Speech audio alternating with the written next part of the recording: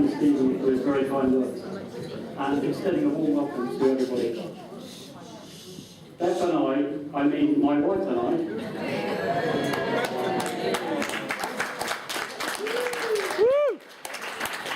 would like to thank you all for sharing this day with us and for your very generous gifts. Echoing Stephen's words, we particularly would like to welcome my grandfather and uncle who have travelled from Canada. And we're thinking of my aunt as she recovers from a major operation at the moment. We're thinking of her at this time. She was unable to fly over. And again, echoing Stephen's words, we'd like to thank those who have travelled from as far afield as Belgium, Scotland, and of course from North London. Stephen and Helen, thank you for your wonderful daughter who looks absolutely beautiful today.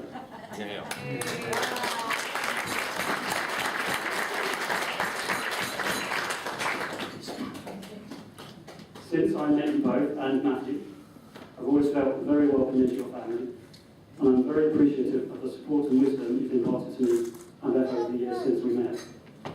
I can only speak for myself, but I've tried to take it on board. And Stephen, I'm particularly grateful for your most recent suggestion for harmonious living, to just say yes to everything Beth's taking future. I'd like to thank my parents for their support. Mum, your continued confidence in me that I can deal with any challenges I've faced in recent years, and can continue to do so.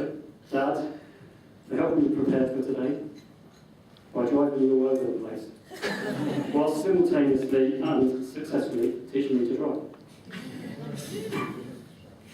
Beth and I have a small gift for our mothers as a token of our appreciation, which is somewhere. Where is it?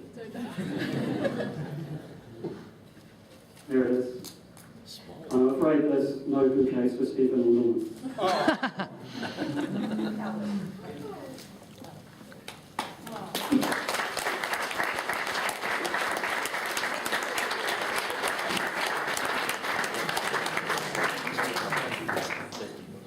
I'd like to thank my brother Keith for being my best man today, and for his advice and words of wisdom about marriage, having himself been married for 10 years this year. And I thank you in advance for your kind words later. And we'd like to thank our ushers, Ollie, Matthew, and Dan, for helping to ensure today runs smoothly, particularly later on when the bevies are flowing. To the bridesmaids, first I'd like to thank Beth's maid of honour, Kirsty, for organising Beth's hen night, although not necessarily for the strippers. Kirsty and Beth have been friends for over 20 years, and I know it means a great deal to Beth that you are maid of honour today. To Beth's bridesmaid, Conchetta. I'd like to thank you equally for all the amazing help and support you've given us. It's been greatly appreciated. And we'd like to extend our thanks to Beth's absent friend Kika, who helped enormously too. Kika would have been a bridesmaid herself, but for the small matter of giving birth to a new son recently. Last but definitely not least, we'd like to thank my beautiful niece, Larissa, who did a wonderful job today as a power.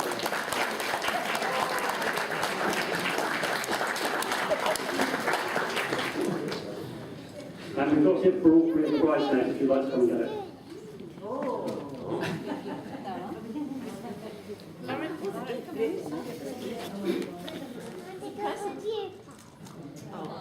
Auntie Patsy comes and helps.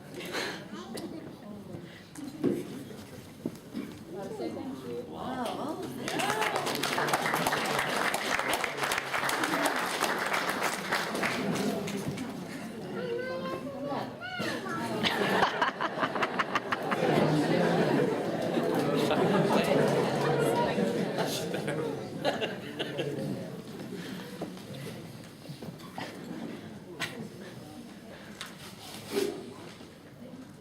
And now I'd like to say a few words about why I'm actually saying all these thank yous, which of course is to celebrate my marriage to Beth today.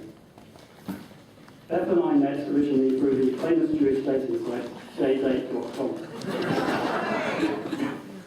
Beth was overwhelmed by my captivating profile. My love of finance, history, and the countryside, and I have huge time space. We exchanged a few polite and pleasant emails, and before long we met up. Actually, not all of that is true. What actually happened is that Beth had been in her bedroom at home, furiously messaging dozens of potential suitors in her usual patient manner. But none were replying with anything of note. You're the only one that was breathing.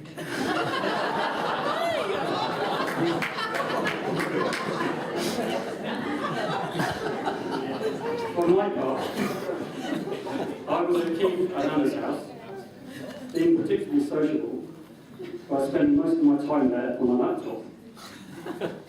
However, it was a good job I did, as when I happened to log on at the same time as Beth and messaged back with something worthy of consideration, we struck up an immediate rapport.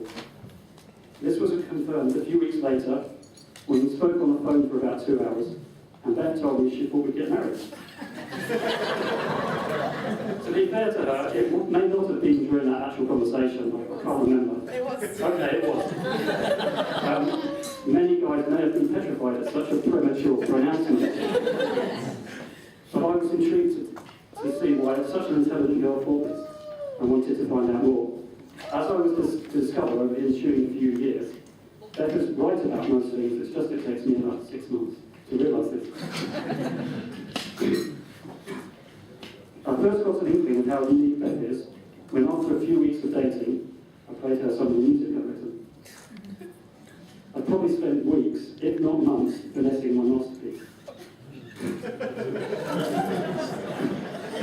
And naturally, I was keen to impress Beth. In anticipation of a positive, or at least a neutral response, I pressed the play button. A few minutes later, and I asked her what she thought, and she says, "I don't like it, your drums are out of time and the sounds are crap."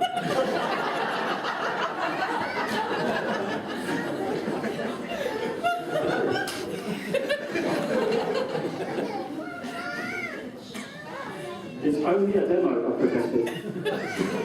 To be fair, Beth was very complimentary about most of my work, and where she wasn't, despite her unique delivery style, I realised later she was usually right.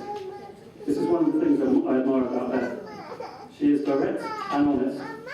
She rarely says anything without good reason, unless she's on a shopping expedition. As some of you all know, Beth and I have been trying to buy a new house recently. After all, why be content with the stress of planning one major life event when you can plan two at the same time?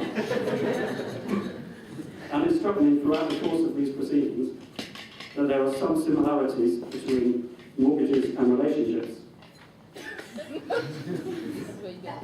First, you have an initial 2-year discount period where everything is wonderful and life is rosy. Then it changes to the standard variable rate, where reality strikes. For us, this happens when Beth moved in with me. Notwithstanding, as Stephen has commented, seeing my house transformed into the new Surbiton branch of Monsoon,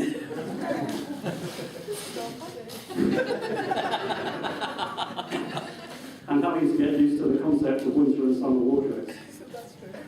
What stands out more as a warning of what I've let myself in for is an episode regarding baked potatoes. Oh, yeah. Beth was on her way back from work one day, and as I worked from home, she asked me to put a baked potato on for her. And duly obliged, but as we did not have any large potatoes, I put on a couple of smaller ones instead. Ladies and gentlemen, this was a big mistake. When Beth returned to discover that the expected large spuds had been replaced with 2 more modest ones, all hell broke loose. "That's not a baked potato," she screamed. "You can't use those small ones instead. I can't live like this." 4 words to that effect.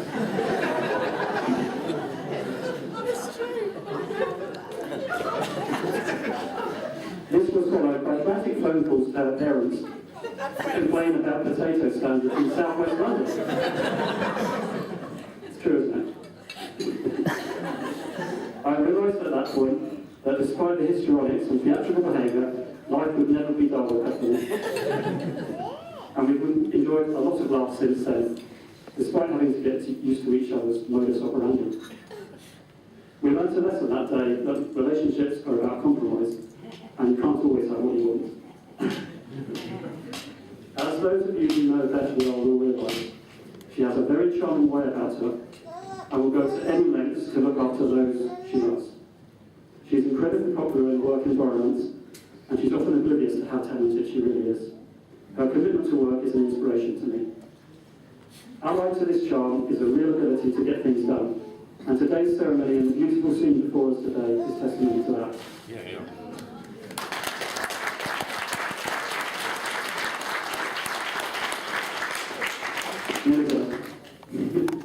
It's no understatement to say that Bethany has helped to transform my life. Don't get me wrong, I was not doing badly before I met her. In fact, I had my own house and my business was successful. I still have those things. But I was not fulfilling my potential as I would have liked. Beth helped to change that.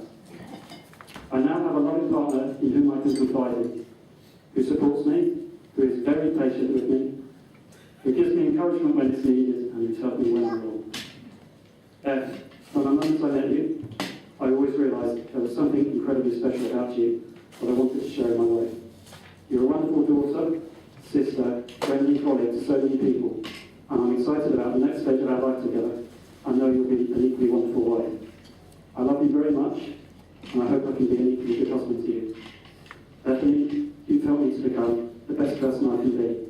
You've enriched my life in so many ways, and I don't think anybody could possibly wish for any more in a partner than that. So, ladies and gentlemen,